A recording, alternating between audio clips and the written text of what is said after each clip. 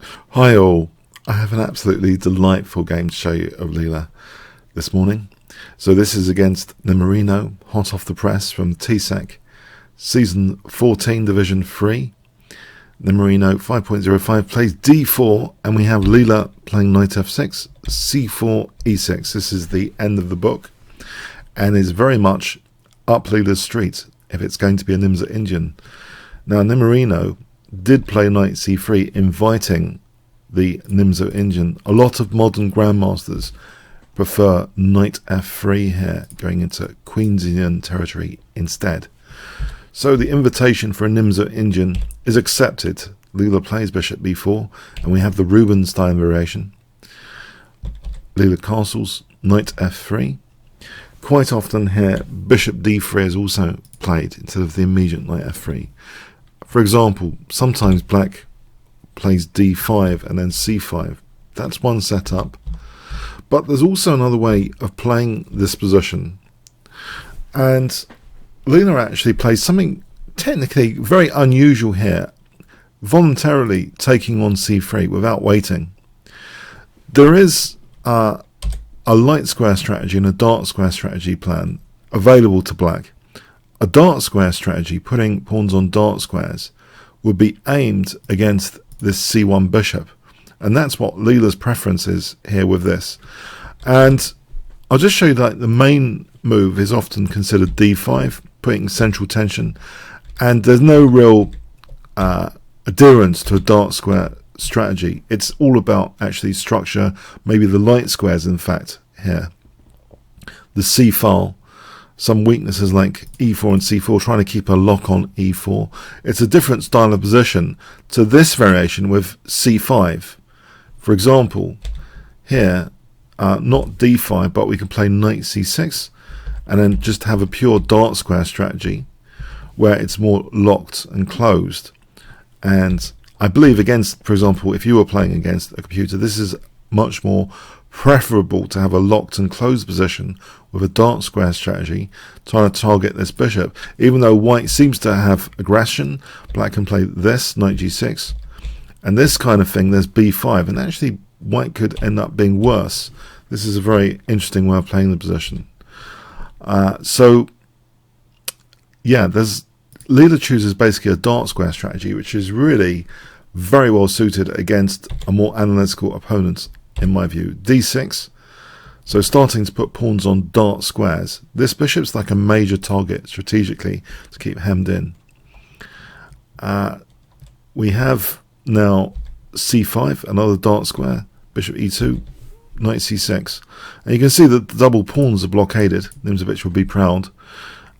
It's now a player with white doesn't usually want to play a move like bishop b2, but that is Nimzo's choice. If white castles, say e5, just to try and get it back to normal looking positions, it seems as though white might have already wasted time. This looks like an inferior version of the main line. Here, black's already doing exceptionally well, and there's even things like bishop a6 later. It looks pretty nasty for that c4 pawn. So this is a very, very comfortable position with a lot of pawns on dark squares, and the c1 bishop not having a great time of it. So anyway, bishop b2, e5, another pawn on dark square, and yet another h6, d5, the centre's closed. This is really going up Leela's street with basically closed, locked-in position. So even against a vastly analytical, calculating monster, Leela could probably do quite well here. Bishop d3, knight h7, queen c2, f5, f3, bishop d7, a4, and yes, another pawn locking down against a5, b6, another pawn on dark square, bishop c1. On a5, yes, taking, this is actually okay for black, because there's things like a4 later. It's going to be tricky, in fact, for white to regain material, usually. So bishop c1 seems pointless, knight f6, rook a2. White's play looks mostly pointless at the moment. Rook b8, rook e1. And now here things get really beautiful. So with the queen side really quite stable, like beyond defeat, inverted commas. Now active operations can be undertaken, and we have G5, very aggressive move, E4, F4, and this is a very impressive array of dark square pawns now. Super visually crushing, visually crushing. There might be a t-shirt for that soon, visually crushing. But look at this poor bishop. It's saying, hey, what is this? What is going on here? Why are all the opponent's pawns on dark squares? I feel a conspiracy here or something. Yes. Queen D1 is played now, knight G6. And this space wedge means that white's king is also going to be in danger soon if black can brew up stuff behind the shelter of these advanced pawns. We have king H1, king H8, rook F1, A5, queen E1, and now H5, knight B1. Yeah, Leela's building up beautifully. Rook B7, bishop C2. It's art. Bishop C8, which means that the rook can now swing across that free second rank. Knight A3. White does indulge the knight outpost on B5. That is the one knight outpost available. But things are happening on this side of the board. G4, bishop D1, knight H7, rook F2, and now the beautiful looking G3, extending all the pawns on dark squares once again, well, apart from the H5. But a very, very dangerous pawn wedge, potentially a form pawn if it's left. Will it be left? Rook Fe2, yes, it is a bit of a fawn. On taking, this is immediately very, very dangerous. For example, here, check and mate is not very nice. So, yes, rook, this line, it's ignored for a moment. Rook E2. We have queen H4 forcing, practically forcing queen G1 for the moment. Yep, it's very dangerous to play H3 with things like bishop takes H3 here. So we have queen G1, knight F6. Now knight B5 hitting D6. So black's got something to worry about, I suppose. Rook D8, H3. Now here, if H3 isn't played, let's have a look. How would black play this? Well, an example, knight H7, queen G5. The rook comes over. G takes. This is a pretty crushing scenario where H3, and there's masses of alignment on the G file as a result here. White's rook's just defensively placed, but black has this G file, and in fact can get extremely impressive pressure down the G file, for example like this. And now if queen takes, then there's queen G1 checkmate, and the coordination continues. Look at all of black's coordinated pieces. So here queen takes, and this can lead to a pretty finish like this, bishop G2, double check and mate. So yes, H3 is played here, perhaps in light of things like that. Rook G7, queen E1, and now it's very, very tempting to take on H3. Leela does take on H3. It looks very thematic, this kind of sack. And now our rook is offered immediately. So why? Crunch decision. Why give up a rook? Why be down on material now? If king G1, then knight H4. So the threat is knight takes F3 here. So what does white play in that position? Okay, so knight H4, say rook G2, defending F3, knight H7, and the other knight is helping things here with that pressure on F3. So for example, queen F1, knight G5, bishop D2, and here queen D7, and this is just nasty after check. The rook's double, and now knight F2 check.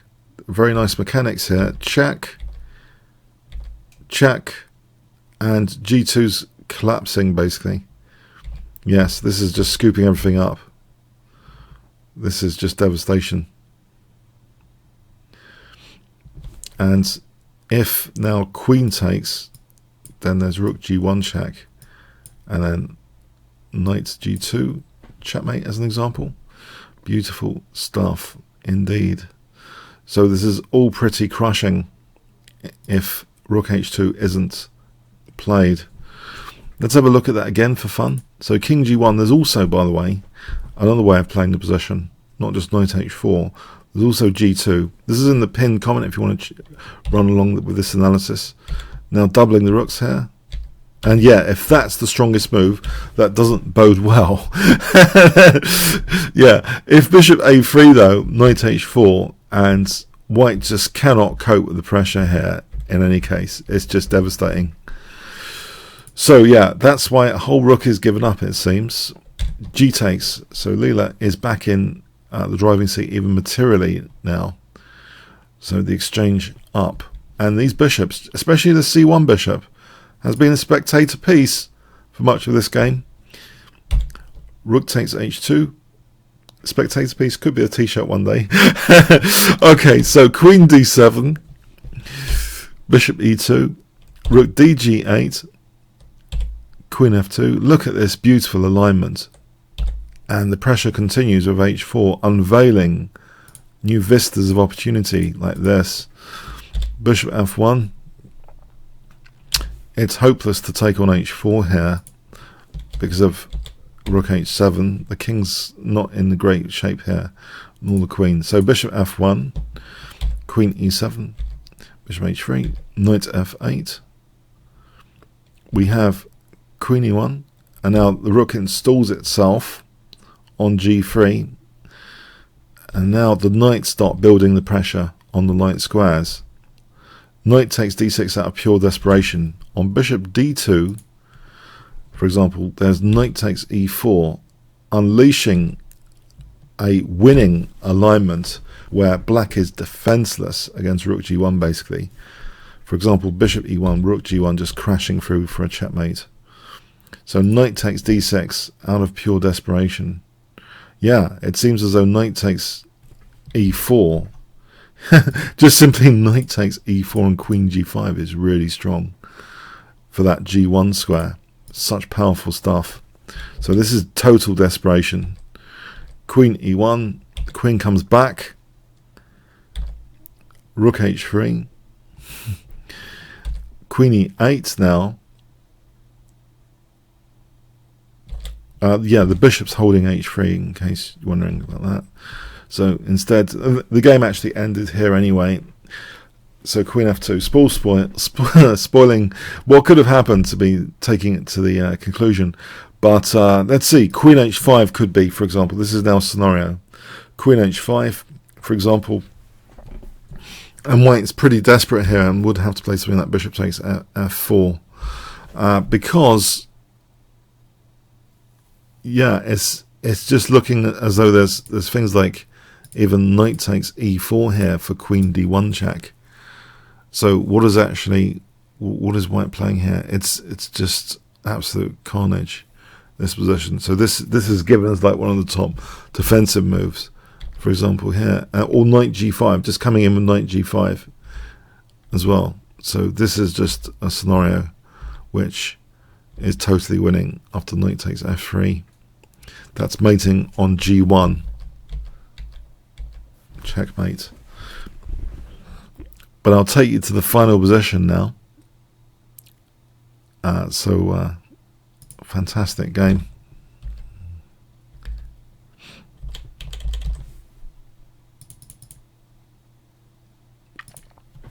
I hope you really enjoyed this game video, and if you did, please click on the top left box, which should appear shortly, to become a member at chessworld.net. You can play against other YouTubers. You can check the YouTube analysis in advance of games from the improved menu, learn from the Masters YouTube order button. Comments, questions, donations, see the description. Like, share, subscribes with that notification bell. Really appreciate it. Also, there's the new Teespring store. Check the description for that, for form pawns and other chess t-shirts. Great stuff. Thanks very much.